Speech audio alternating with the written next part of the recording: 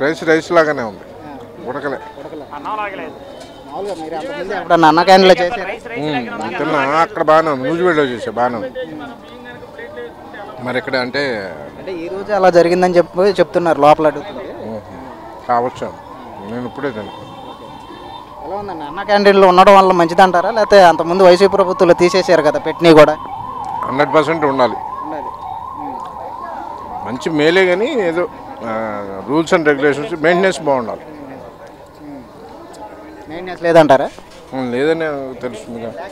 సరే ఎలాగున్నాయి భోజనాలు? ఈ అన్నం ఉడకలేదు, అన్నం ఉడకలేదు, గట్టిగా ఉంది కాస్త.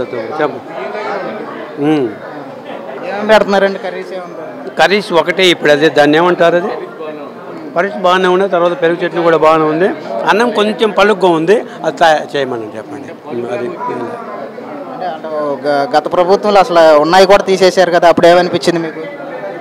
ఇప్పుడేం ఇబ్బంది ఏం లేదు, కాకుంటే అన్నం ఒక్కటే. ఇంకా ముందు ఈ టయానికి ఇది పెట్టినాక చాలా గొప్పతనము.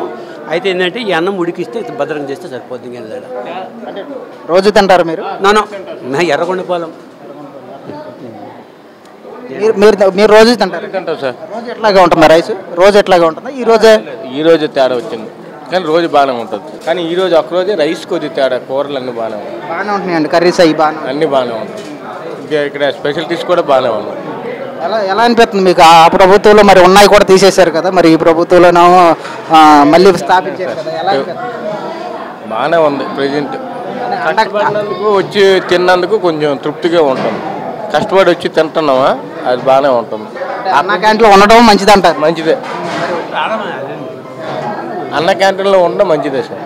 ఎందుకంటే కష్టపడి వస్తున్నాము, ఆ టైంకి మాకు తిండి ఎక్కడ ఉంటుందో తెలియదు. అలాంటిది ఇలా అన్న క్యాంటీన్ పెట్టారు అనుకోండి, డబ్బుల విషయం కాదు కానీ మామూలుగా కడుపు నిండుతుంది.